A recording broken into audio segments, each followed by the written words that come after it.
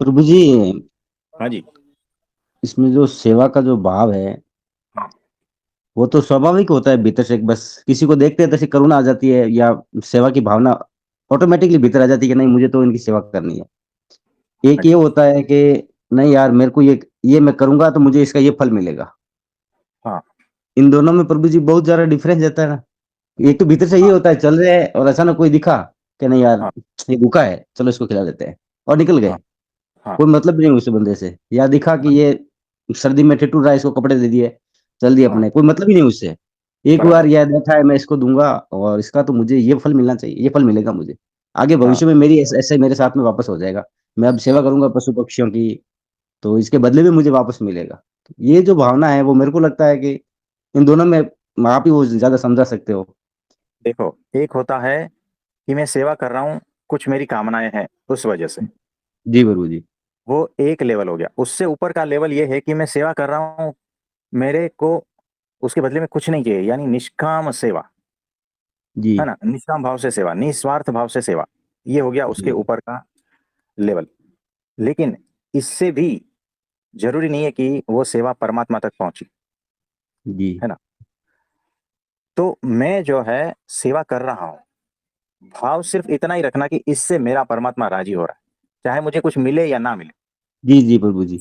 हाँ, उसकी कोई मुझे चाहत है ही नहीं, लेकिन ये मैं सेवा कर रहा हूँ तो मेरा परमात्मा राजी हो रहा है, बस इतना ही भाव। ये जी उसके ऊपर का लेवल हो गया। है ना।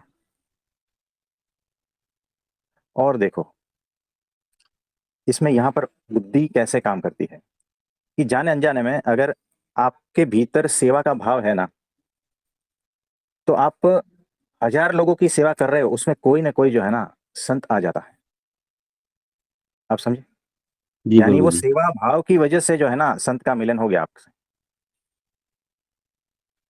है ना। और वो जो आशीर्वाद देता है उससे फिर आप अध्यात्म में बहुत आगे बढ़ते हो। लेकिन जिसके भीतर सेवा का कोई भाव ही नहीं है तो संत का मिला भी नहीं हो पाएगा। जी जी है ना। तो सेवा भाव है, इसका मतलब कि कभी ना कभी संत मिल ही जाएंगे।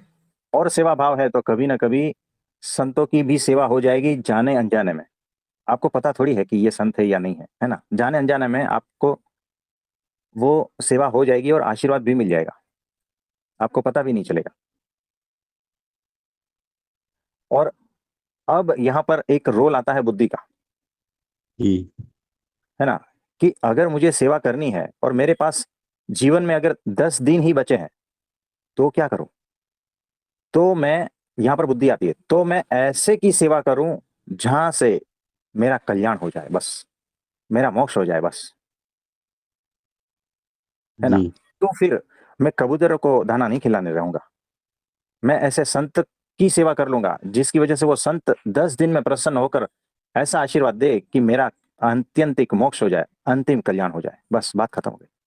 तो बुद्धि सही रोल क्या है ना। क्योंकि सबके पास, मैं तो 10 दिन कहा, लेकिन सबके पास वक्त ज्यादा थोड़ी है, नहीं कम ही प्रभु जी। वक्त है ना।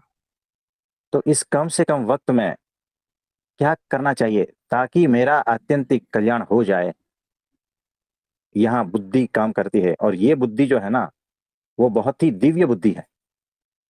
इसको सामान्य बुद्धि नहीं कहते, इसको दिव्य बुद्धि कहते हैं। एक बुद्धि होती है शापित बुद्धि, कि चाहे कुछ भी हो जाए संतों की सेवा नहीं करूंगा, ये सेवा होती ही है नहीं शापित करूंगा। बुद्धि। हाँ।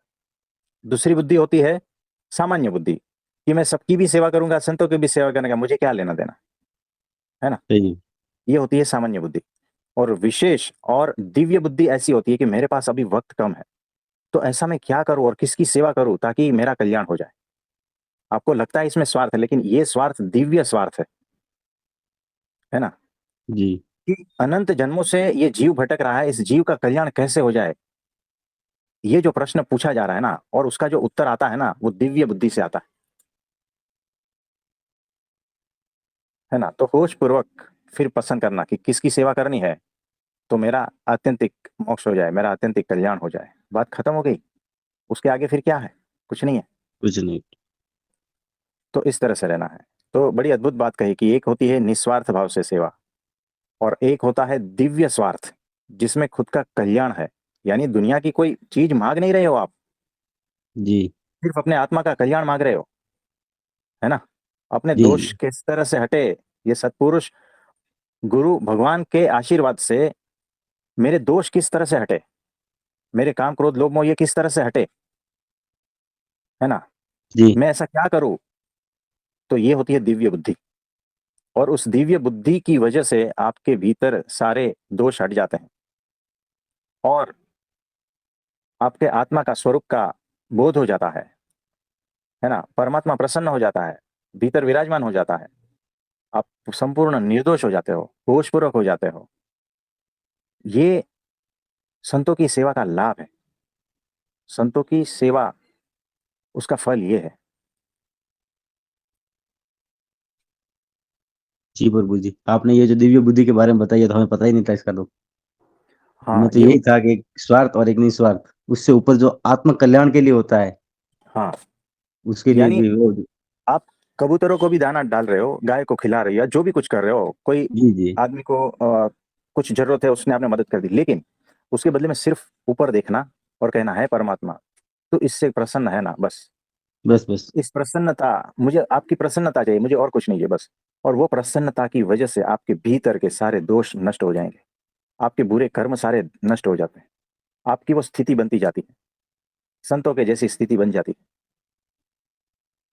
ये होती है दिव्य बुद्धि। बस इतना ही मांगना परमात्मा से, और कुछ नहीं मांगना, कि आप हाँ। प्रसन्न हो जाओ, यही मेरी इच्छा है, और कुछ नहीं इच्छा,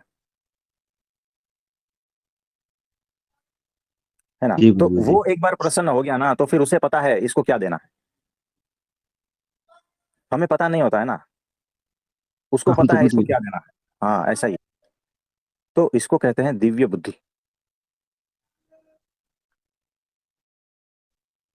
हम तो कुछ भी माँग लेंगे उल्टा-सीधा। हाँ, यहाँ गड़बड़ हो जाती है, फिर माया में फंसने के साधन जुटा तरीके। लेते हैं। बिल्कुल, बिल्कुल, बिल्कुल। जो तुम्हें पसंद हो वो दे दो। हाँ बस, तुम्हें जैसा मेरा हित है उसमें कर दो, बस। हाँ, वो बस। जिस तरह से चाहे। तो ये तो दिव्य बुद्धि सबको उपलब्ध हो, ऐसा भगवान से प्रार्थना करते हैं। तो आप सभी के भीतर वो दिव्य गुण प्रकट हो जाए और उसकी वजह से परमात्मा प्रसन्न हो जाए और आपके सारे दोष, दुख, पीड़ा सब हट जाए, ऐसा भगवान से प्रार्थना करते हैं। आप भी सदा प्रसन्न रहो, हम भी परमात्मा से यही प्रार्थना करते हैं प्रभु जी। हाँ जी, हमारे हाँ जी। हृदय सदा हँसते रहे। ये मुस्कान हमें प्रतिदिन दिखाई दे।